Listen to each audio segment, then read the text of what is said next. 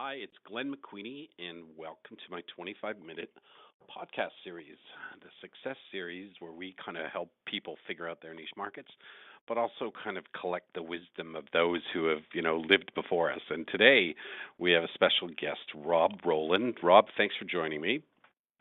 Hi, Glenn. Thanks for having me here. Well, Rob, I've known Rob for a while, and he's a veteran of the Toronto real estate scene with almost 32 years experience. So what I thought today, we just kind of change it up a little bit and get Rob on the phone, and we'll just chat about some of the lessons he's learned and some of the great advice that he'd want to pass on to people who are either starting or have been in the business for 10 years and they want to have a better business, or maybe even 20 years. I mean, to last and sustain yourself for over 31 years in this business is quite an accomplishment, Rob. Thank you.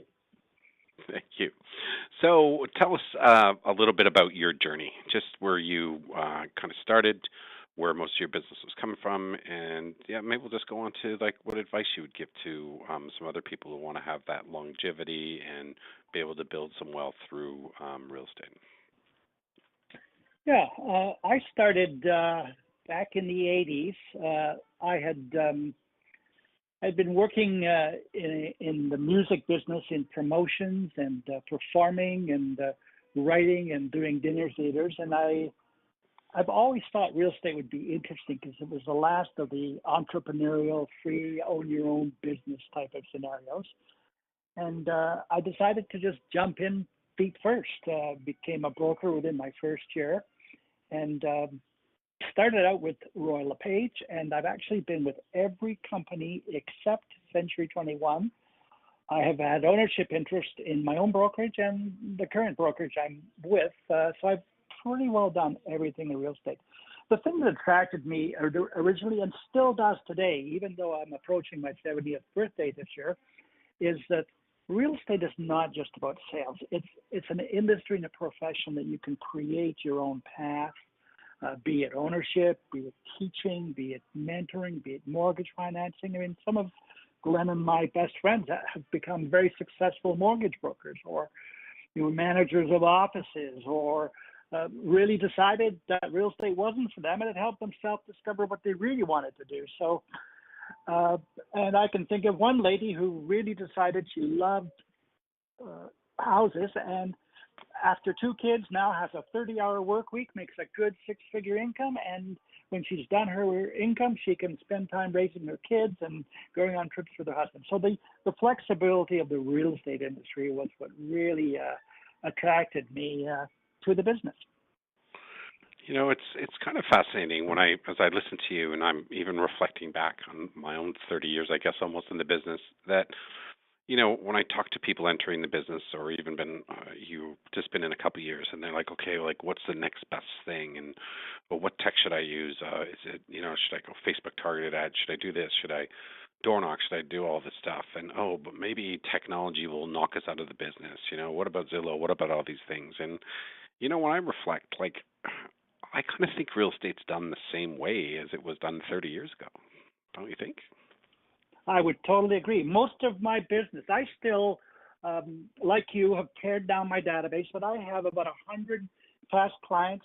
I don't even look for business. I just talk to them. I just sold a $1.5 million property from a client who I met 12 years ago. I've kept in touch with him, and he called me up this year and said, let's list it and give me the appraisal on the farm, and he's semi-retiring to his farm up in the North Country. And the last 2 years, I've been not looking for business. It comes from a personal sphere. It comes from me just picking up the phone or dropping by. Some people I haven't seen for a few years, and this one in particular was a door knock I did about 10 years ago in an area. I just kept in touch with him. He gets a flyer once a month and an email once a month, and he just said, you're the only realtor that's kept in touch with me. You helped me get a mortgage 5 years ago. You gave me some great financial planning and a lawyer to talk to about the estate, and lo and behold, it resulted in a $1.5 million listing, which I sold in about 3 weeks. So it's about keeping in touch, yeah. And I think, sorry, go ahead. No, it's okay. No, I was just saying that I love what you said there because it is kind of meeting people, following up, keeping in touch. Having the mindset of service and helping people. And I find if you keep helping people and you do it because your heart is in really the best option for them, like they'll help you for the rest of your real estate career. Yes. Yeah, I would agree with that. I learned when I first started, when I do some of the trainings in our office and even talking to people outside of real estate, I took what it was a coach by name of who still is around, Floyd Wickman, and he had a sweat hog program, and that was my first introduction. And basically, the training was really simple. We had a rotary phone, and your job was to call 100 people in every 1 or 2 or 3 hour shift and get at least 10 conversations. And we were in teams of 6, and the manager at the time said, when the whole team's finished and you've got your 10 contacts, I'll buy you pizza and pop, and you're free to go home. And then the next day we had to actually go out and knock on the door and say, "Hi, I'm Rob. I talked to you on the phone yesterday. Just want to introduce myself to see how I can help you, or just to say hello." Mm-hmm. What a revolutionary thought. Yeah. Well, it's interesting, right? Because it's kind of like first you call them and then you book an appointment and then you go meet them face to face. Or if you can't book an appointment, just randomly go out there, get a face attached to the voice that they just heard on the phone, and then just keep following up with them over a period of time. Yeah. So I would agree with you, Glenn. I think ultimately it's our business is our database. It's a contact business. And as you've said before, and we all say, high touch, high tech, and emphasis on the touch. Mm-hmm. Dropping by at Christmas time or their anniversary, or dropping by once a year, picking up the phone, saying hello, just call to say hello, see how you're doing, and email and up to date. I mean, that's what it's all about. Yeah, it's almost like I think there's a bit of a movement also in our industry, right, about going back to the basics of it. That the market, I mean, there's certainly so many agents right now. They've all seen come into the business recently. It looks so easy. I think our industry looks so easy from the outside, but it's so hard to explain from the inside. Like it's like, people are like, "Oh, I like people. I like homes. I'm going to get my real estate license. What could go wrong?" And the reality is that a lot of them just come in, and there's just so many of them who are almost the value offering is exactly the same. Like I try to want to be everything to everybody, and you don't really end up being anything to anyone.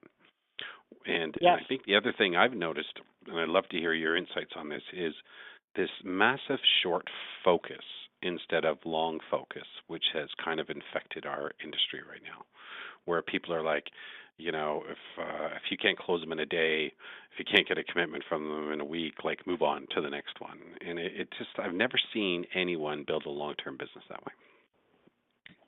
I would totally agree with that. That's a function of the computer age where we all want instant results and instant gratification.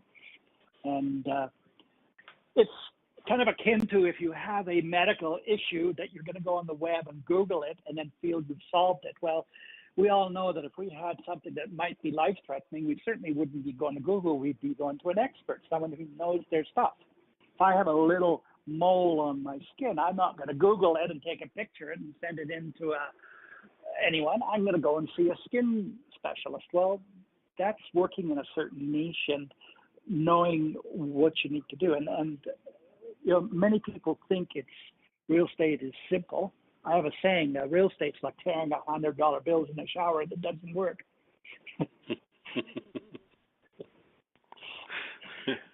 It's a takeoff on my sailing, because sailing is one of my passions. Sailing is like tearing up $100 bills in a cold shower. Well, real estate's like doing it with no water. And the thing is, most real estate agents, even the top ones, start to understand it. And what I'm saying is that the public really does not care. We are all painted with the same brush, whether you're the top 1% or whether you're the bottom 1%. Now, the key, like the top golfers, the top entertainers, is they are on their game right away, and can deal with the objections or deal with the issue right away, whereas the other agents, the 80-90%, just act like they're just the average, and the consumer has the right to paint everyone as average. Mm-hmm. So I think it's really important to act and be in your niche and what you specialize in. Well, I think that's where you create the most value, you know? Like, I think if you really know what your niche is really going through, like, what's the life they're experiencing at that moment? And then how does your kind of unique solution just solve that problem?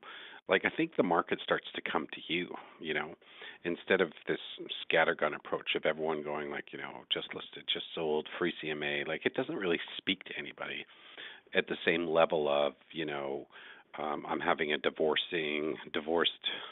women's downsizing seminar. You know, like, there's a different market for that, you know. Yes. And I just wish that, you know, part of the reason we do these podcasts too is just to really, it's almost like my running argument to convince people to be like, you know, just find someone you want to be a hero to and go be a hero. And for you, you were a hero, Rob, to your past clients in your sphere of influence. And, you know, it's been paying off for you because the business just keeps coming. But that's only because you kept with it and you kept adding value to them all the time. Yeah. Now I'm discovered actually. You asked me a few minutes ago what attracted me about real estate. Well, being self-employed was one of them. I have been a caregiver for both my parents. They both passed 3 years ago. I would not have been able to be a full-time caregiver because they both lasted up to their 99th year. I would have not been able to be a full-time caregiver for both of them, particularly in the last 10 to 15 years, without having my own business.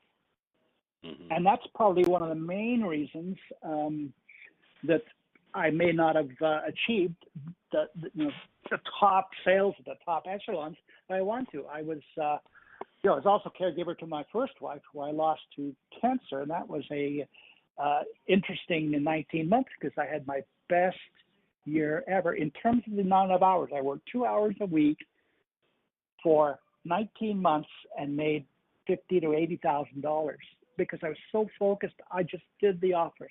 I had other people do everything else. Mm-hmm. And you can't have the flexibility of raising kids or taking care of a parent or an autistic. You know, there's so many agents that you and I know, Glenn, that have other things they do, and real estate gives them the flexibility. The key is to stay flexible but focused on one unique thing that makes you money. And if you're not, Oh, go ahead. I was going to say, and if you're not, you'll find out what your unique ability is. So, for example, one of mine is I've never been a niche player. I grew up in what's now downtown Riverdale, lived in North Toronto, lived in Richmond Hill, lived in Thornhill, and then moved 21 years ago back downtown. I've lived in Toronto for 60 years. So I know a lot of neighborhoods. But as I've also realized a third of my business has always been related to seniors and estate sales. So I am transitioning into advising baby boomers, even millennials and seniors on how to transition. I'm not going to actually do the listing or buying. I will pick neighborhood specialists. I'm almost like the stage you're transitioning.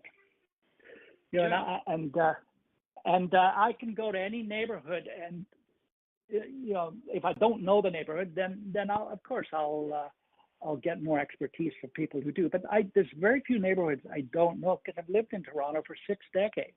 I know it like the back of my hand. I'm kind of like the ways of real estate. You know, I'm taking people around. I go through back lanes, and people say, "I didn't know you even knew about that." That's right. I said, "That's how you get into Dutch Dreams first."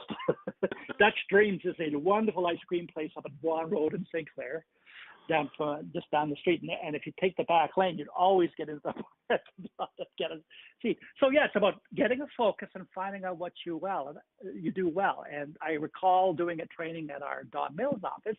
And a young guy had just joined our brokerage, and he said, I don't know anyone. And we got talking and found out he was from an engineering background, and he was from a European-based country.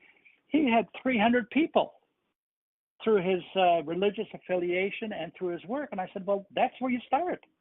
Mm-hmm. You go to them and say, hey, I'm in real estate. I really have time to help you. Like, let's talk and see how we can help. I'm taking the background in engineering I have to the advice and the team I've got at Keller Williams Referred Realty, and I've got 100 people that can give me advice. I'd love to help you.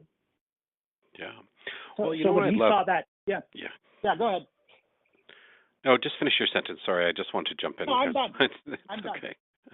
Well, I just, what I think is really interesting now, and I think even the people listening to this podcast, that like if they even wanted, like it's almost like you've transitioned from active trading to you're a niche lead generation professional now. It's like if these people want to, go into the downsizing or the right sizing market, I'm sure if they could get a whole bunch of people in the room, you would probably show up and tell them the how and the why. Yeah. And then you could use the agent who's hosting this event could be the who's actually going to execute this and get this done. And I think it's really interesting because a lot of agents who might want to go into it, they think they have to learn everything about it.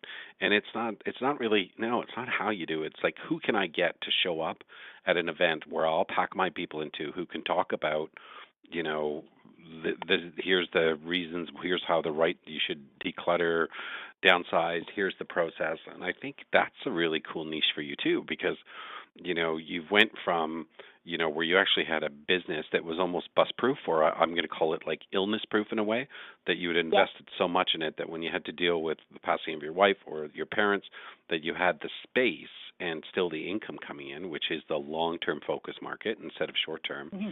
And now you're just creating another leverage piece in your business where you can just go and, hey, I'll show up and I'll talk to people and we'll work out some fee that you pay me, or is there a referral fee or something like that? I'm sure, there's a massive market for that. Yes. Yeah, well, exactly. Rob, the other thing I'm doing is, the other thing I'm doing is there's an organization called Pivotal Aging Innovations. Their company specializes in advising seniors to in medical analysis, in financial analysis, and legal analysis, and they also license agents and mortgage brokers for the accredited senior agent designation. Perfect. So in the fall, I will be one of their trainers, starting to train the accredited senior agent designation to agents, as well as one of the resources of coaching and mentoring on how to implement that into their practice. I'll, of course, first do it to our offices, and our offices will be hearing more about that in the next month or two. But that gives me an opportunity to help people get a designation that can help them in that market. And we already have some great agents in all of our offices that do that already, that can also be a great resource to all of us.